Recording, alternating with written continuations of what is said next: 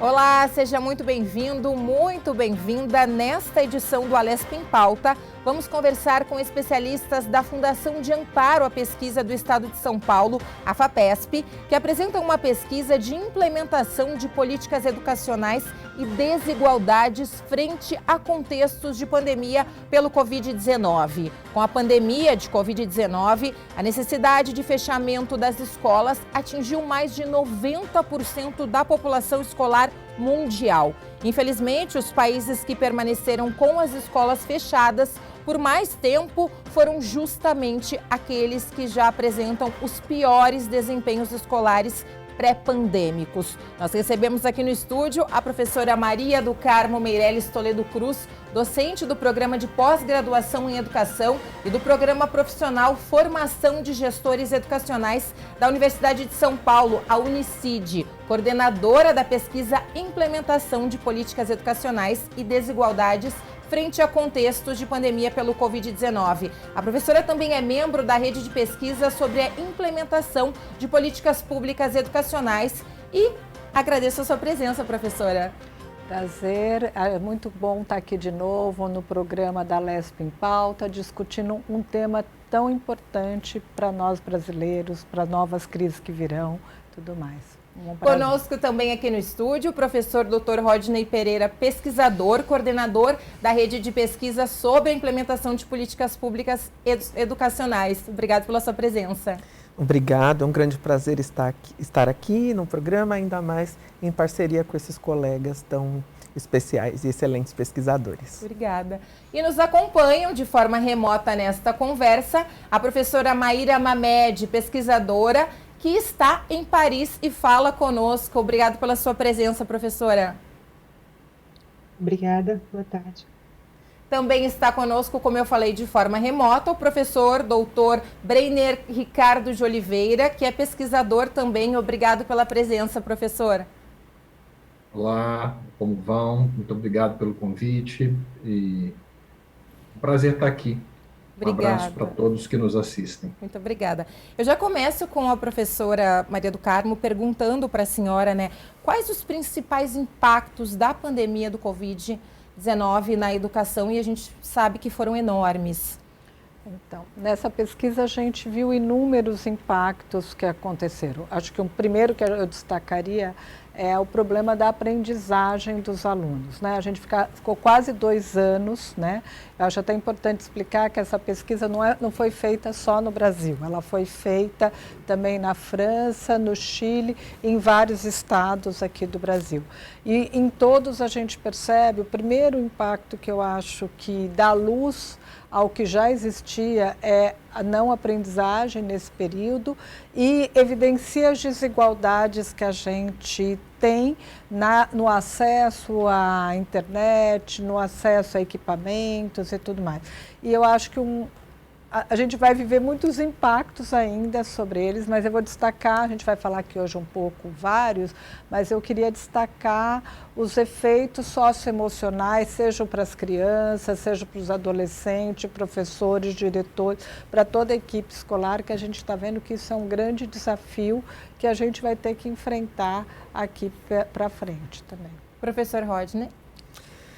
Acho que complementando um pouco o que a Carminha comentou agora, quando pensamos, acho que em repercussões da pandemia, de fato, quando pensamos na aprendizagem, que retornou a patamares anteriores à pandemia, um aspecto bastante sério, e também essa dimensão emocional e que acho que tem uma repercussão na convivência escolar, especialmente após o retorno das aulas. É importante falarmos a respeito disso, porque foi muito tempo que as escolas permaneceram fechadas. E a perda de interações nesse processo acarretou inúmeras consequências no retorno, especialmente pensando nas crianças e nos jovens e adolescentes. A perda de interação social ela tem uma consequência importante no próprio processo de socialização desses meninos e meninas. Portanto, acho que esse é um dos efeitos que eu destaco, porque tanto as políticas quanto as equipes de gestão, né, das secretarias e das escolas precisam estar bastante atentas a esse aspecto, né, até porque ele é um fator que repercute bastante no processo de aprendizagem. Professora Maíra, a professora Maria do Carmo falava, né, uma pesquisa que abrangiu o mundo todo, os estados brasileiros. A senhora que está em Paris, o que a senhora destaca? Eu acho que justamente uma contribuição importante dessa pesquisa é o fato de que a gente pode comparar o que aconteceu na França com o que aconteceu no Chile e no Brasil. A pesquisa não abarca o mundo inteiro, mas ela abarca alguns contextos muito, muito diferentes. E uma coisa que a gente pode colocar em perspectiva é justamente a duração do fechamento das escolas. Aqui na França, o fechamento completo das escolas durou muito pouco tempo. Ele aconteceu entre março e junho de 2020, no primeiro ano da pandemia, e no começo do ano letivo seguinte, que foi em setembro. Aqui o ano escolar vai de setembro a junho. Então, em setembro de 2020 começava um novo ano escolar, e essa retomada aconteceu já de maneira presencial para todas as crianças da educação infantil, para todas as crianças do ensino fundamental 1, de maneira híbrida a partir do fundamental 2. Na verdade, os únicos alunos que ficaram em remoto durante uma duração mais prolongada foram os alunos da universidade. Na escola, houve uma adaptação das medidas em função das faixas etárias, em função dos níveis de ensino, com uma priorização do retorno das crianças, dos adolescentes à escola, nas modalidades que eram possíveis. Então, não teve essa ruptura tão grande, como no caso do Brasil, tão prolongada do vínculo social e do vínculo com a escola. Obviamente, tivemos inúmeros problemas, obviamente, tivemos fechamentos curtos em função dos casos, do aumento das ondas de epidemia e tal, mas não houve essa ruptura total de maneira tão prolongada, que no caso do Brasil tem um impacto muito grande em relação a isso. Só para destacar uma coisa que eu acho importante também, é que esse impacto socioemocional é muito grande, e que a função da escola é o ensino, mas obviamente também a socialização, mas que é importante a gente destacar que o impacto socioemocional, a dimensão socioemocional é uma condição necessária para a aprendizagem, mas ela não é suficiente. Não basta as crianças estarem bem para elas aprenderem, então tem que se pensar também no que se foi feito durante a pandemia, no pós-pandemia, para retomar essas aprendizagens. A gente tem tempo para falar disso. Tem tempo, Professor Brenner, o que o senhor destaca? Além dessas questões que reforço e concordo, que já foram apresentadas, as desigualdades elas foram reveladas, né? A gente já sabia que essas desigualdades existiam, claro, as desigualdades de renda, as desigualdades alimentares, as desigualdades habitacionais, etc, etc. Mas quando as escolas são fechadas, as crianças e os professores, a escola é deslocada para as casas dessas pessoas. E aí a gente vai ver coisas que talvez a gente tivesse esquecido, né? O número de cômodos que essas famílias vivem, isso impacta na hora que as crianças vão estudar. Quantos celulares elas têm, se não tem, se tem plano de dados, se não tem. Então, essas desigualdades foram reveladas de uma maneira entrelaçada. E aí é que tem uma grande dificuldade dos governos nos 3 níveis em prover bens e serviços para lidar com isso. E eu acho que um outro impacto, talvez não seja exatamente impacto dessa maneira como a gente está discutindo aqui, mas a ausência da coordenação federativa, no caso da gestão da pandemia no Brasil, ela produz um impacto fundante, porque é a descoordenação em nível federal que vai produzir desenhos muito distintos nos estados e nos municípios, e o tempo que cada estado e município demora para poder aprender a fazer e resolver os problemas acaba sendo um tempo longo por conta dessa ausência. Professora Maria do Carmo, eu já vou pedir, já que nós estamos entrando nesses tópicos, como foi, vou perguntar para a senhora e também para os professores, para os pesquisadores, como foi fazer essa pesquisa, reunir esse grupo e como que vocês iniciaram esse trabalho com esses primeiros dados diante de uma pandemia? Então, eu acho que é importante a gente explicar que a gente já tinha um conjunto de professores que trabalham junto há um período. A Fundação de Amparo à Pesquisa do Estado de São Paulo, a FAPESP, junto com a ONU, abriu um edital para que fossem feitos estudos, né, sobre os efeitos da pandemia e que a gente propusesse novas propostas para as novas crises ou pandemia. Então, hoje a gente está discutindo no Rio Grande do Sul, mas isso já estava pensado que teriam novas crises e novas pandemias no passado. Então, a gente formou um grupo de pesquisadores, a gente já tinha um contato, um trabalho de uma pesquisa anterior da FAPESP com alguns pesquisadores da França. Então, hoje a gente tem nessa pesquisa um núcleo que foi de Limoges, um núcleo da Universidade de Lille, um núcleo da Universidade de Paris-Créteil, que pensaria a França e analisaria os dados. A gente tinha, do Chile, a gente conseguiu a parceria com a Universidade de Aysén e a Universidade de Santiago do Chile. E aqui no Brasil, a gente fez uma parceria com o pessoal do Ceará, que é a Universidade Federal do Ceará, o pessoal da Universidade Federal do Rio Grande do Norte, Universidade Federal, que está aqui o Breiner, da Universidade da UFOP, da Universidade Federal de Ouro Preto. Nós temos também uma parceria com a Universidade Federal de Juiz de Fora. Em São Paulo, a gente tem uma parceria com a Universidade de São Paulo, da Faculdade de Educação, com a ETEC-CEPAM, que é uma escola de ensino médio que os alunos participaram. Temos vários da Unicid e da Escola do Parlamento, da Câmara Municipal de São Paulo.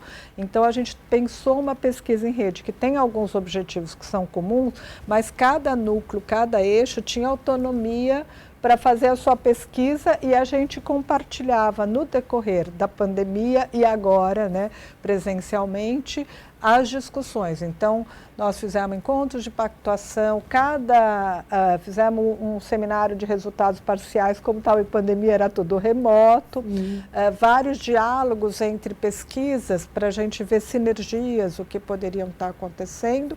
E agora, semana passada, a gente passou a semana toda, esses pesquisadores vieram para São Paulo e a gente fez uma semana de debate para discutir os aprendizados e resultados da pesquisa, propostas de ações e o que é que a gente, para novas pandemias e novas crises que vieram. Fomos visitar um centro de educação de jovens e adultos que participou da pesquisa da região de vulnerabilidade de Perus, fomos visitar a ETEC-CEPAM e a gente pensou o que é que a gente pode propor, né? Nosso relatório final são proposições para novas crises que virão e como é que a gente pode olhar a escola com mais cuidado nesse processo. Eu já vou entrar então nessas questões da pesquisa, professores, coordenadores, orientadores, vou chamar, eles têm tantos títulos, gente, que nos acompanha pela Rede Alesp, que a gente até falava nos bastidores, pode, né, chamar só pelo nome, de professor, pode chamar pelo nome. Pode todos pelo pesquisadores nome. Que têm um trabalho incrível. Vamos começar falando, então, professora Maria do Carmo, depois com as contribuições dos nossos outros professores convidados, sobre esse impacto socioemocional. E a gente percebeu muito, e a gente observava nas reportagens de rádio, TV, as pessoas tinham dificuldade, as crianças principalmente, que não tinham acesso à internet, não tinham um celular com condições de ter uma aula ali, ou até mesmo um computador. E aí, muito que o professor Breiner falava, a questão dos cômodos, como vai se concentrar, ter um aprendizado em casas, em residências que moram 4 ou mais pessoas em 1 ou 2 cômodos. Professora.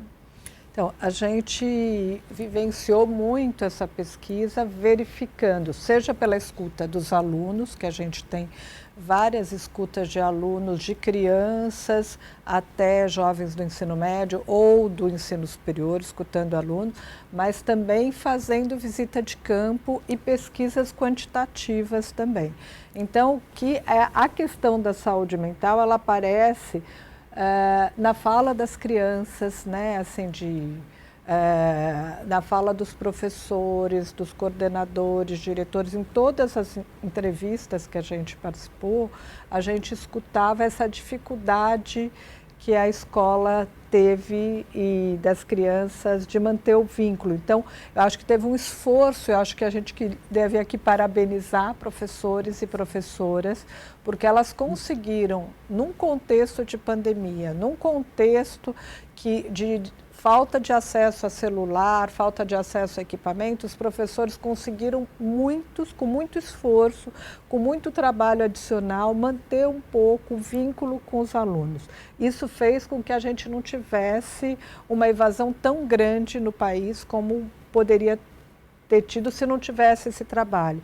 Então, a gente escuta muitos professores colocando que atendiam à noite, de madrugada, porque a criança não tinha acesso ao celular, ao computador. Então, era a hora que o pai chegava do serviço que podia. Então, eu acho que, e mesmo na volta, também a gente ouviu muito o desafio socioemocional. As crianças, você escutava os professores, assim, chorando por perda de familiares, por perda de amigos, por não saber essa convivência. Então, ela é evidenciada em vários estudos que a gente viu, e mesmo a ONU e a Unicef fizeram várias pesquisas, e a gente vê que a ansiedade ampliou, depressão ampliou nesse período, como a gente foi visto. Professora? Sim, acho que eu quero destacar aqui o seguinte, né, que eu posso, acho que, emitir algumas análises pensando nesses contextos que nós adentramos, sim, né, e vou me restringir aqui a comentar os contextos brasileiros nesse momento, até porque depois acho que Maíra pode falar um pouquinho mais da França. Claro. Pensando, acho que nessas consequências das desigualdades associadas, né, às consequências socioemocionais que a pandemia desencadeou, né, nas crianças, nos jovens, nos adultos, porque acho que é importante também pensar que cada um, né, cada faixa etária atribuiu significados diferentes ao que aconteceu, né? Uma coisa é pensar nas crianças da educação infantil, né? Outra coisa é pensar nos meninos do fundamental, no médio, na educação de jovens e adultos, no ensino superior, enfim. Então, né, tem uma diversidade muito grande de significações atribuídas às experiências vividas. Agora, acho que é importante, né, pensarmos assim, que a desigualdade, ela também faz com que essas experiências tenham sido muito diferentes. E nós tivemos uma preocupação grande com escolas que estavam em territórios vulneráveis, né? Então, o que nós observamos? Que em famílias, né, que estão mais afetadas pela pobreza e por diferentes vulnerabilidades, sejam elas, né, sociais, psicológicas, enfim, o que a gente vai percebendo? Que as experiências são muito diversas, né? Enquanto algumas famílias tinham apenas um celular, né, para todo mundo usar, o que fez com que, às vezes, a professora tinha que atender os estudantes fora do horário dela de ministrar a aula, digamos assim, né, que é um relato bastante frequente. Nós temos também pessoas que sequer tiveram acesso à internet, né? Porque uma coisa que a gente falou muito pouco, penso eu, no Brasil, é justamente o fato de que o básico, né, que era o acesso livre à internet, ele demorou muito para chegar, ou sequer ele chegou, né? Então, também consequência da descoordenação federal que o Breiner comentou, né, há pouco. Então, acho que o que essa pesquisa nos mostrou é que o Brasil, né, com o tamanho que ele tem, com as diferenças que ele tem e portanto, né, os desafios que ele tem, nos ensinou que nesta crise e em futuras crises, nós temos que levar em consideração essa diversidade, né? Não podemos apostar todas as nossas fichas no acesso a tecnologias digitais, né? Porque nas experiências que nós estudamos, foi preciso, por exemplo, preparar material impresso para os professores entregarem, não, para as redes fazerem chegar aos estudantes de algum jeito. Então, enfim, então acho que esse é um aspecto fundamental que também tem uma consequência para as questões emocionais, né? Porque, veja, se eu não tenho nenhum nível de interação, ainda que digital, com os meus colegas na escola, né, o sentimento de solidão, de isolamento, isso fica prejudicado num outro nível, né? E agora eu vou só fazer um outro comentário pensando nisso, que é assim, sim, né, nós temos consequências de desenvolvimento socioemocional e afetivo grande, né, para os estudantes e para os bebês, para as crianças, para todos os públicos da educação. E acho que a gente precisa aprofundar esse debate, né, pensando nessas consequências que são de longo prazo, né. É importante também aqui que fique claro, especialmente para os nossos telespectadores, né, porque às vezes as pessoas têm uma expectativa de que uma terapia individual, né, uma coisa que eu escuto muito como pesquisador, como docente, tem que ter um psicólogo em cada escola, né, e acho que é importante a gente não cair também nessas possíveis soluções que são tão simples, porque não são.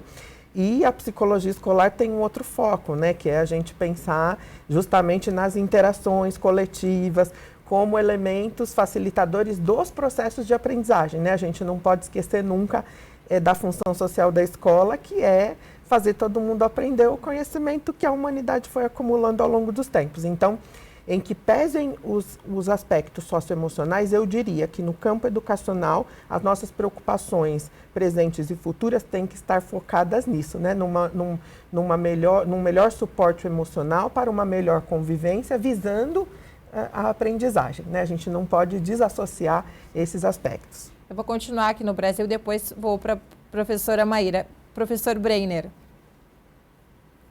Acho que esses pontos que Rodney traz são fundamentais. Quero pegar uma carona aí. Além da questão da desigualdade, tem essa questão da diversidade dos territórios. Então, acho que a gente, no caso brasileiro, também olha para... Essa foi uma pesquisa de implementação. A gente olhou, a partir do desenho dos estados e de municípios e estados específicos, como é que isso estava, de fato, acontecendo cotidianamente na prática. A primeira coisa é ver esse descompasso, claro, sempre vai haver o descompasso entre o que está programado e o que, de fato, acontece. E aí, no caso da pandemia, desenhos de políticas de enfrentamento, de políticas educacionais, em épocas de pandemia, foram majoritariamente homogêneas. Os estados desenharam políticas padrão, idealizaram talvez o seu aluno e a sua escola e tiveram dificuldades em pensar na população indígena, na população negra, na educação de jovens e adultos, na população quilombola, nos alunos com deficiência. Aí estou falando também especificamente da experiência de Minas Gerais, que foi onde a gente olhou mais detidamente. Então, essa questão dos territórios, voltando àquela sua pergunta, né? Quer dizer, o impacto é na escola, não há dúvida, mas também é um impacto nos territórios, porque no caso brasileiro, os territórios são muito diversos e eles também são muito desiguais. Então, essa é uma questão. A outra coisa que eu acho que vale a pena a gente destacar aqui é o trabalho invisível dos profissionais da escola. Eu acrescentaria a esse conjunto, aos professores, aos diretores, mas eu acrescentaria os coordenadores pedagógicos, os bibliotecários, as equipes da merenda. A gente, em Minas Gerais, vai chamar essas pessoas dos merendeiros, né? Das merendeiras. Eu não sei como é nos outros estados. Quer dizer, então, no fim das contas, com as escolas fechadas, essas funções, elas também se diluíram. Todo mundo fez um pouco ou muito de cada coisa, né? Esses desenhos chegaram para as escolas, então, de uma forma muito centralizada e potencializaram experiências e saberes muito ancorados na vivência dessas equipes naqueles seus territórios. Vocês são capazes, então, de imaginar a diversidade de arranjos e de coisas que foram feitas. A gente tem relatos dos mais diversos, né? De diretoras que contrataram motoboy para entregar os kits para os alunos. A gente tem relatos de coordenadores pedagógicos que ajudaram nas campanhas de vacinação dos seus municípios. Acho que os meus colegas e minhas colegas podem, Rodney, Maíra e Carminha, podem dar esses casos aí aos quilos, né? Então, acho que essa é uma coisa importante. Tem a atuação da rede, mas tem uma atuação ali no território que ela é muito caso a caso. E eu acho que aí a gente precisa, nesse momento, apesar de já ter passado, né, um tempo, também trazer uma coisa importante. Observe, Priscila, os estados e os municípios ainda não sistematizaram o que viveram durante a pandemia. Parece que todo mundo voltou para a escola, os professores, todas as escolas voltaram. Claro, havia uma grande urgência em retornar às aulas, não é verdade? Todo mundo queria isso, mas nós não vimos nessas pesquisas as secretarias mobilizando suas equipes para fazer um trabalho de escuta.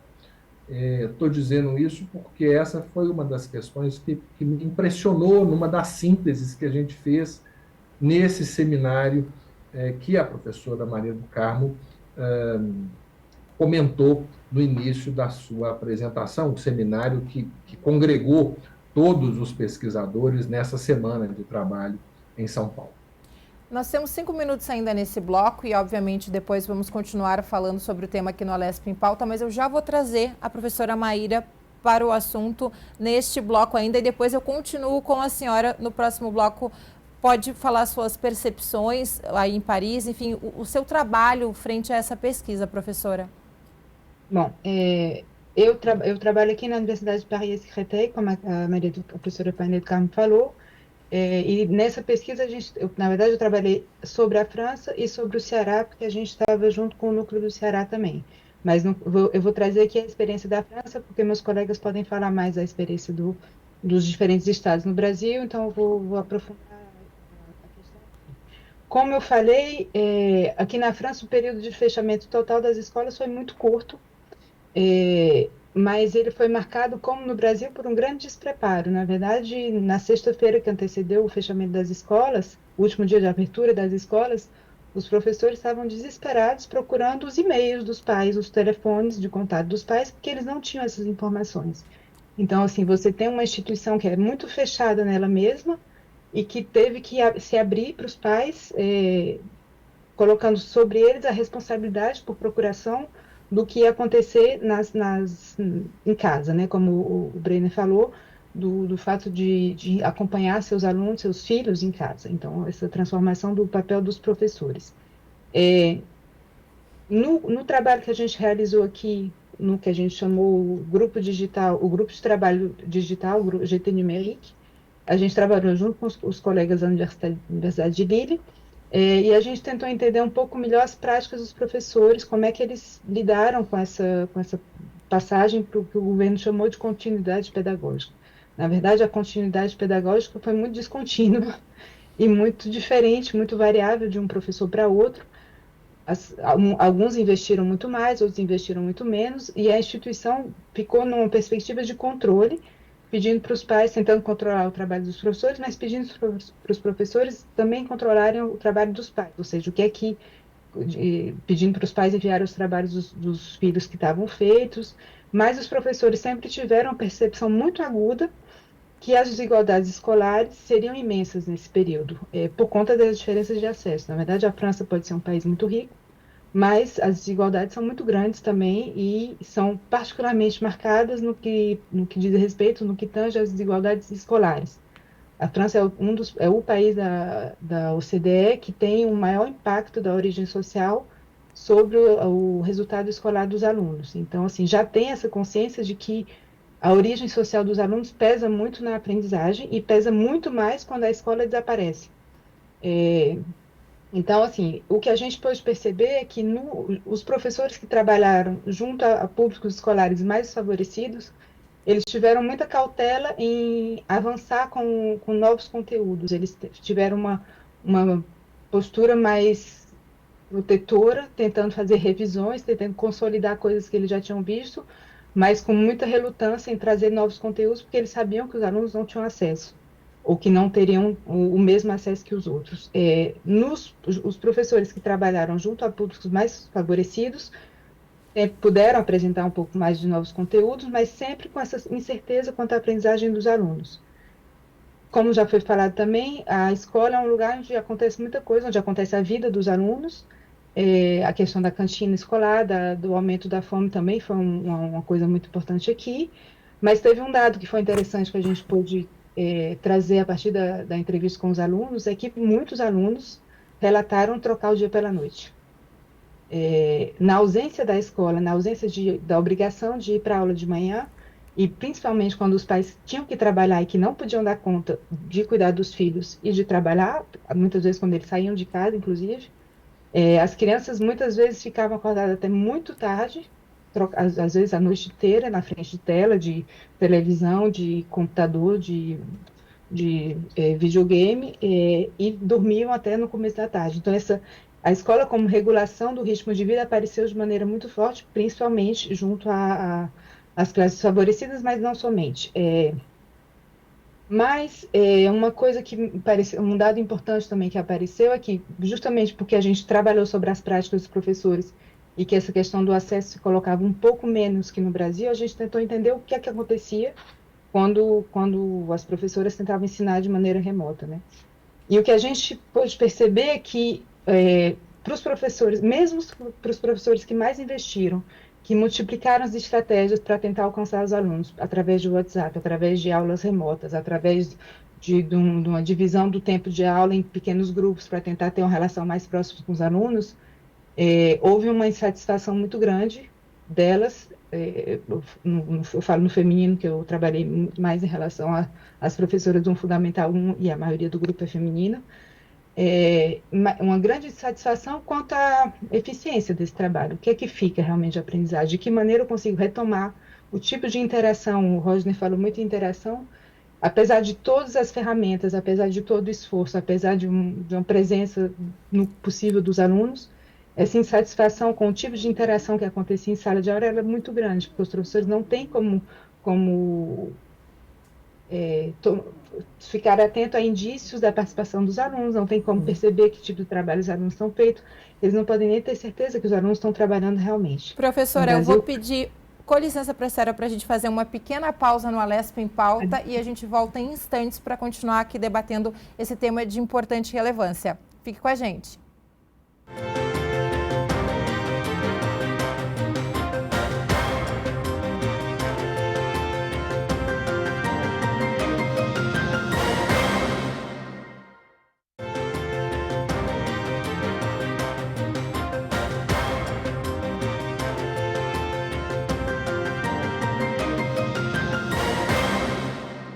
Essa edição do Alesp em Pauta está conversando com especialistas da Fundação de Amparo à Pesquisa do Estado de São Paulo, FAPESP, que apresentam uma pesquisa de implementação de políticas educacionais e desigualdades frente a contextos da pandemia pelo Covid-19. Eu já vou voltar ao bloco conversando com a professora Maíra, que conversa conosco direto de Paris, para a gente continuar nessa sua abordagem dessa questão dos professores, né? A dificuldade do ensino remoto. Por gentileza, professora. Então, é exatamente essa questão, a dificuldade do ensino remoto, mesmo com toda a boa vontade, mesmo com todas as ferramentas, mesmo com professores equipados, o que não foi o caso durante muito tempo no Brasil, o acesso demorou, os professores não necessariamente tinham computadores, mas mesmo num contexto em que essas condições estavam reunidas, ou seja, elas poderiam ser pensadas como mais satisfatórias, e mesmo junto com professores que trabalharam a grupos favorecidos, o que se percebeu foi uma grande insatisfação dos professores, um grande cansaço, uma grande insatisfação, porque não era a escola. A escola fora da escola não é escola, por definição. E a escola fora da escola não cumpre todas as funções sociais que ela tem. Então, para os professores como para os alunos, foi um grande alívio voltar ao espaço escolar real, apesar de todas as medidas que foram tomadas de cautela, de máscara, de distanciamento social, de tentar minimizar as interações entre grupos. Havia essa demanda de voltar o mais rápido possível e de uma maneira que o contato social e o processo de ensino-aprendizagem pudesse ser retomado também o mais rápido possível. Na verdade, infelizmente eu tenho outro compromisso, então eu não vou poder ficar com vocês durante muito tempo, mas para concluir um pouco a minha participação, agradeço o convite, é um prazer ter esse debate com os colegas, eu faço inteiramente confiança a eles para continuarem abordando as questões que a gente trabalhou na pesquisa, mas um pouco do que ficou, acho que talvez os principais aprendizados que a gente tirou dessa pesquisa foi que a volta à escola, em situações de crise, a escola é um ambiente social muito importante, que o retorno para a escola é necessário o quanto antes, porque essas soluções em situação de crise, ensino remoto, ou ensino à distância, ou ensino impresso, não substituem o que acontece numa sala de aula. Uma sala de aula é muito mais complexo do que isso tudo. E outra coisa que a gente aprendeu também nessa pesquisa, outro resultado interessante, é que foi um absoluto despreparo dos sistemas de ensino. Obviamente, a pandemia chegou de uma maneira inesperada, talvez de uma maneira quase, assim, para o grande público, com certeza, talvez um pouco menos para os responsáveis políticos, onde essas questões são abordadas, mas a instituição escolar não estava preparada, ela não tinha equipamentos, ela não tinha formação de professores, ela não tinha pensado na dissolução da escola. Então, talvez um recado também que possa ficar para situações de crises futuras é que essas situações precisam ser melhor antecipadas e isso tem que ser feito antes que a crise aconteça. Assim, acho que tem que pensar um pouco o que pode se fazer para mitigar o impacto de uma crise como essa. Professora, muito obrigada, professora Maria Mamed, pela sua presença aqui no Alesp em Pauta. Como a professora falou, ela tem um compromisso e eu agradeço a sua presença. Continuo com seus colegas professores e pesquisadores. Obrigada. Obrigada a vocês. Professor Brenner, eu vou agora começar com o senhor. A professora Maíra falava muito sobre essa questão dos professores e dos educadores. O senhor citou também que é todo o conjunto que faz parte, né, da escola, a merendeira, todo mundo que está envolvido. Vamos aprofundar um pouquinho mais essa questão, o fato de como os professores, os educadores, o ambiente escolar foi afetado com essa questão da pandemia, né? A educação por um todo foi afetada. Acho que tanto Rodney quanto Maíra deram boas pistas para a gente pensar nisso, né? Tem a questão das interações, tem a questão da falta da escola. Eu acho que tem um ponto que a gente precisa deixar claro sobre o recorte dessa pesquisa. Nós nos debruçamos, no caso brasileiro, nas escolas públicas, municipais e estaduais, nesse conjunto de estados e municípios que a gente investigou. Então, para nós, uma coisa importante a destacar é que a pandemia amplia a função social da escola pública. Isso é importante. Por que eu estou dizendo isso? Porque tem a ver com a sua pergunta, né? Esses profissionais que atuam na escola, homens e mulheres, professores, diretores, coordenadores pedagógicos, eles precisaram se virar nos 30. Eles precisaram herculeamente manter os vínculos com as famílias, manter os vínculos com as crianças. A gente teve relatos muito interessantes, muito importantes nessa pesquisa da educação infantil. Como se ensina uma criança de 5, de 6 anos virtualmente? Por meio de telefones, ou câmeras, ou microcomputadores, não é? Então, você tem um conjunto de experiências que esses profissionais relatam, que vai também mostrar o nível de comprometimento e de empenho que muitas vezes nós, a sociedade brasileira, se a gente não valorizava muito no passado, porque são carreiras, sabemos todos nós, desvalorizadas do ponto de vista de infraestrutura e de remuneração, permaneceram assim desvalorizadas. Acho que a outra coisa que queria também trazer nesse ponto é que esses profissionais, eles mudam o vetor de interação com os outros equipamentos públicos desses territórios. Não sei se exatamente porque assim desejavam, mas porque a situação os induz.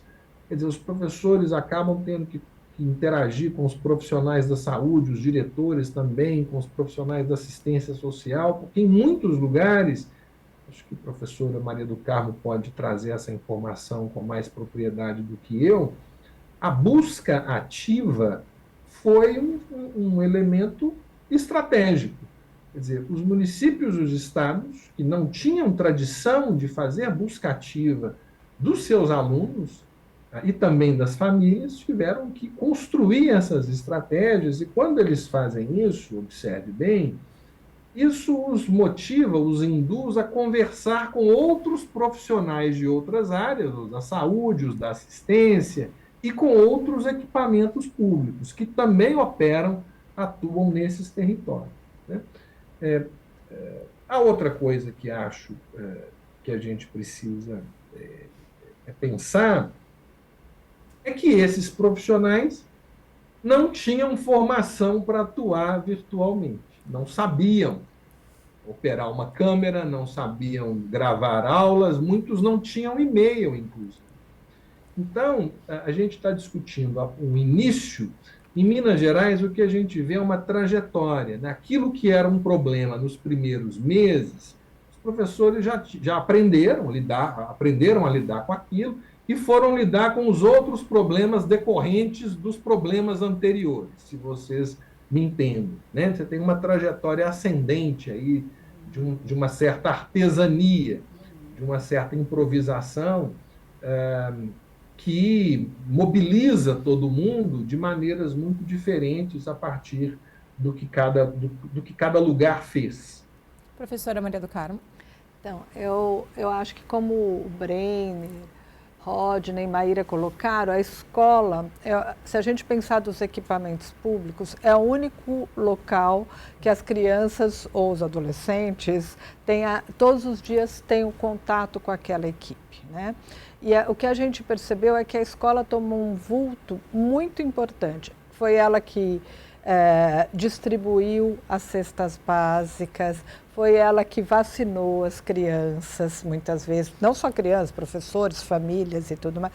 Ela acabou assumindo um espaço e uma importância que às vezes a gente não dava consideração, mas já existindo esse papel importante da escola. Então, acho que a gente precisa reforçar isso e valorizar isso para novas pandemias que virão, novas crises climáticas que virão. E aí eu queria reforçar uma das estratégias, a gente analisou várias estratégias, mas a questão da busca ativa, e eu queria destacar a ação realizada pelo Ceará, né, por Fortaleza e Sobral e tudo mais. Primeiro, assim, a importância inicial, tanto para o governo do estado cearense, como para as prefeituras que a gente analisou, que foram de Sobral, foi de Fortaleza e foi da região do Cariri, a gente percebeu que a primeira questão foi garantir a segurança alimentar para as crianças, e também o vínculo, manter o vínculo. Então, a importância de eu ir atrás da criança, acompanhar se a criança está fazendo atividade ou não. Se não está, eu levo atividade impressa na escola. Pensa que a gente tem muitas escolas rurais ainda nesse país. Fale. É só fazer um parênteses na sua fala, lembrando também, né, professora, que a gente muitas vezes acaba não percebendo, mas as crianças, às vezes, a única refeição que elas fazem é na escola, né? A gente ouviu muitas crianças, né? Seja com bonecos, seja entrevistando em grupos com alunos. Essa é uma coisa importantíssima que a gente tem. A gente ouviu as crianças dizendo, olha, minha mãe ficava esperando a alimentação chegar, ou o kit, ou o cartão, o que for, porque era a única alimentação que a gente tinha. Então, a gente tem que se atentar que a gente está num país extremamente desigual, né? E que muitas vezes a escola, os professores não gostam de discutir essa questão da segurança alimentar dentro da escola, mas a gente viu na pandemia a importância que a merenda, a alimentação escolar, eu chamo de merenda, queira chamar, é a única alimentação de muitas crianças. Eu entrevistei, Brenner e eu, duas crianças numa escola em território vulnerável em Fortaleza, e ele dizia assim, era a comida que a gente esperava, eu não tinha, eu venho aqui para a escola, estou muito feliz de voltar porque eu tenho alimentação de volta aqui. Então, acho que essa noção da vulnerabilidade, eu acho que muitos professores e diretores não tinham noção da situação real que os alunos e as famílias passam. Então, acho que as famílias fizeram mais do que elas podiam nesse contexto, né? E essa estratégia que eu queria valorizar muito do Ceará de busca ativa foi essencial para manter a criança o vínculo, mesmo que ela não estivesse aprendendo, mas ela mantesse o vínculo, eu levasse alimentação, eu levasse o material. Eles fizeram uma estratégia assim, passou a não fazer a lição, não aparecer, nós vamos criar uma estratégia de ir atrás. Isso é super importante e a gente, quando olha essa ação desenvolvida para o Ceará, a gente entende porque em tão pouco tempo eles conseguiram voltar os resultados melhor de aprendizagem do que outros estados, né? Eu acho que essa é uma das estratégias que a gente destaca da importância desse vínculo e de não deixar a criança não ir, mesmo que ela não aprenda, mas eu vou levar o material, nós vamos discutir, ela vai fazer uma pequena atividade, mas ela vai manter o vínculo e vai querer voltar para a escola quando acaba esse período. Professora, eu vou perguntar para todos vocês, mas se o professor Rodney ou o professor Brenner já quiserem falar, a gente pode perceber, então eu ia perguntar para vocês quais os grupos demográficos mais afetados. A gente tem a percepção que são os grupos de baixa renda.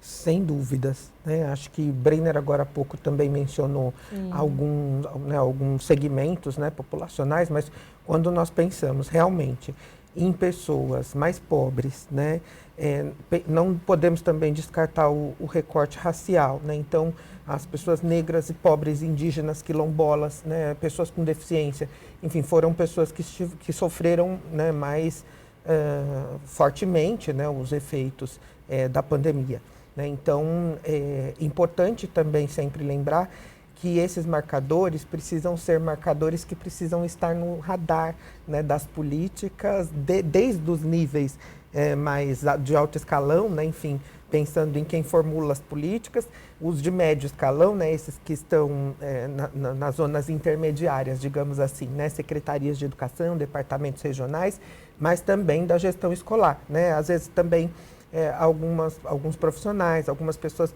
da sociedade em geral, né, o cidadão comum pode ter uma impressão que a gente discrimina negativamente quando a gente destaca determinadas pessoas em função das suas características raciais, de gênero e econômicas, mas eu diria que não, né? Como diz Stuart Hall, a gente também discrimina ou diferencia positivamente, né? A gente tem que ajudar mais quem mais precisa, falando de um outro jeito, né? Então a gente aprendeu com essa pesquisa que é preciso dar muita atenção para a gente cuidar melhor de quem precisa, né? Professor Brenner, vamos falar um pouquinho agora das consequências dessa interrupção educacional até esse retorno, né, de uma nova maneira de aprendizado, tanto para os professores, para os educadores, como para os alunos.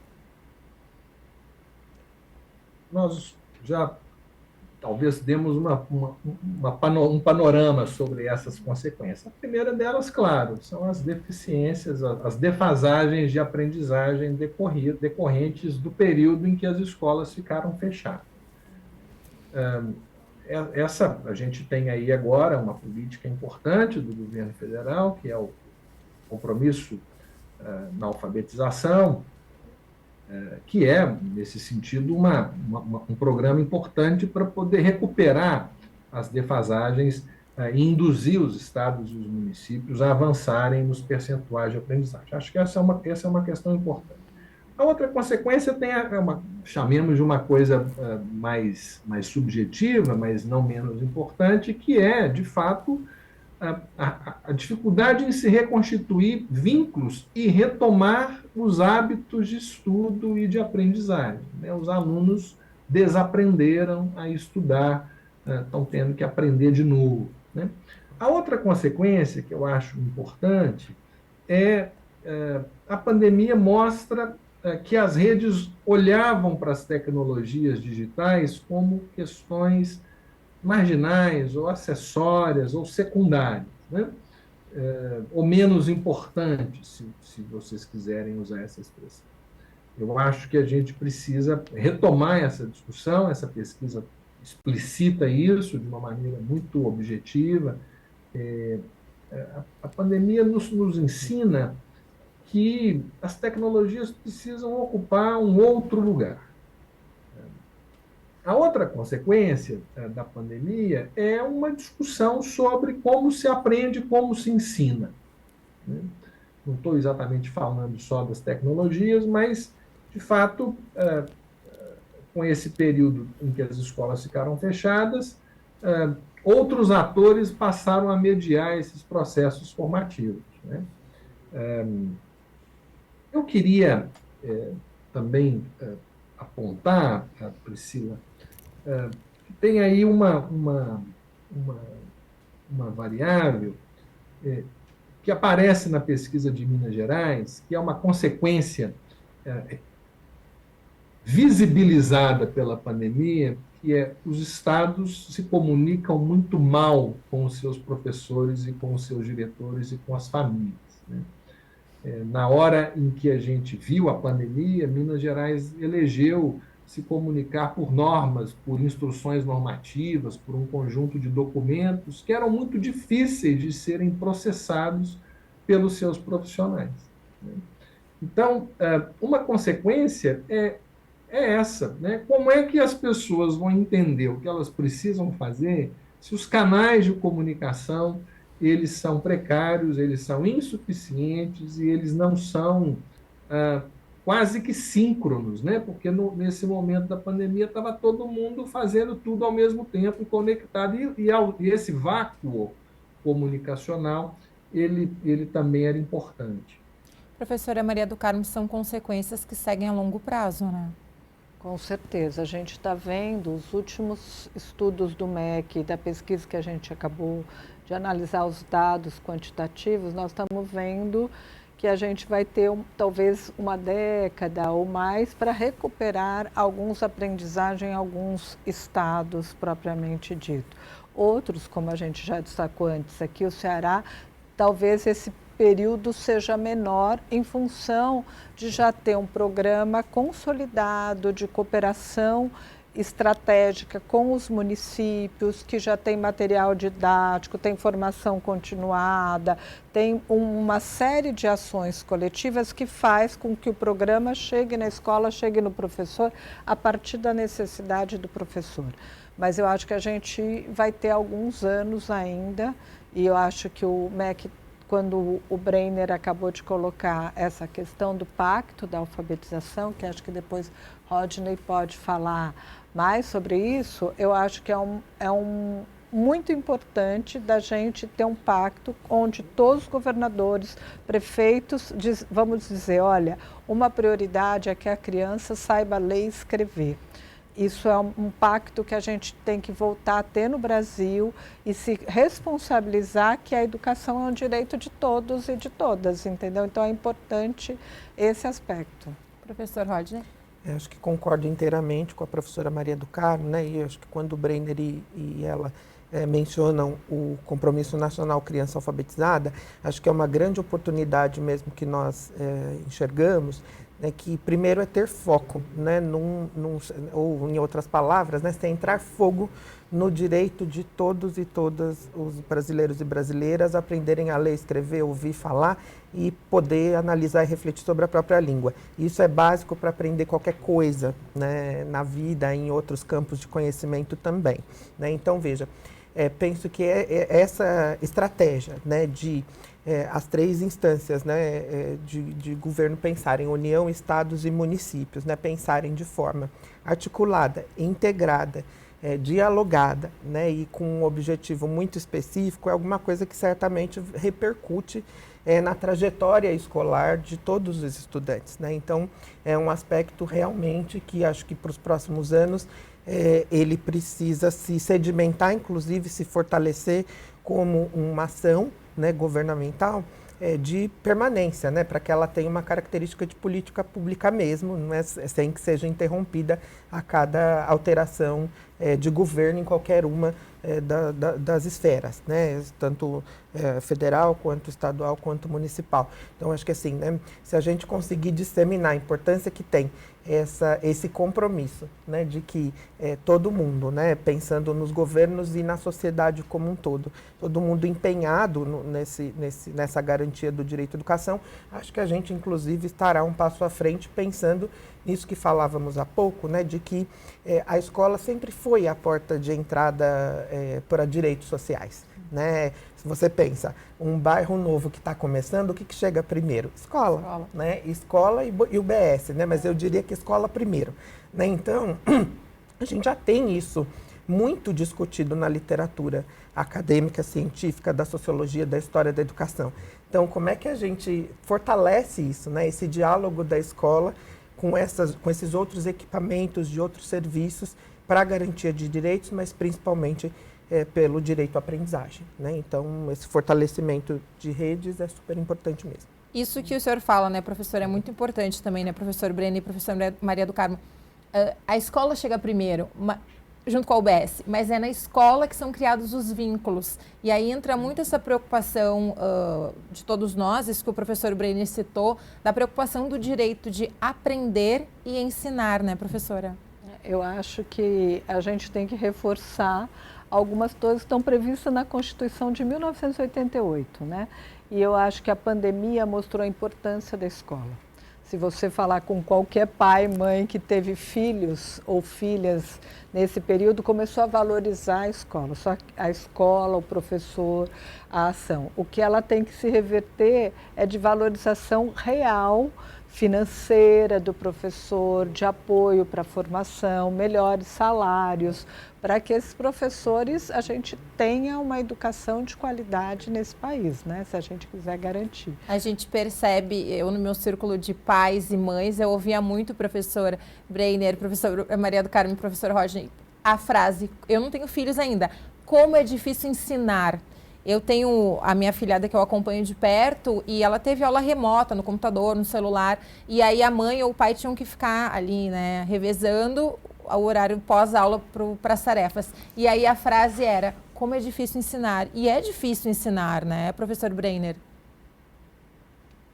Super difícil ensinar, mas pronto, é a vocação da escola, né, a vocação dos professores, dos coordenadores pedagógicos, etc. Eu acho que aí tem a ver com também uma discussão, vou aproveitar a sua pergunta para acrescentar um ponto. Né? Que são os programas de formação de professor. Eu acho que a gente precisa destacar isso aqui, essa agenda volta agora pelo MEC, no nível federal. Nós passamos um tempo numa ausência de programas de formação de professores, formação continuada de professores. Acho que os professores querem formação, precisam da formação. No caso da pandemia, eu vou insistir nesse ponto, né? A formação para o uso das tecnologias foi uma formação emergencial, pontual. A gente vê de novo as secretarias, tanto as municipais quanto, falando de modo geral, né? A gente vê, claro que você vai sempre encontrar casos em que secretarias estão atentas e propondo seus programas, mas, de modo geral, uma certa ausência pós-pandemia, né? Como se a pandemia tivesse acontecido, ela tivesse acabado e não haverá outra, né?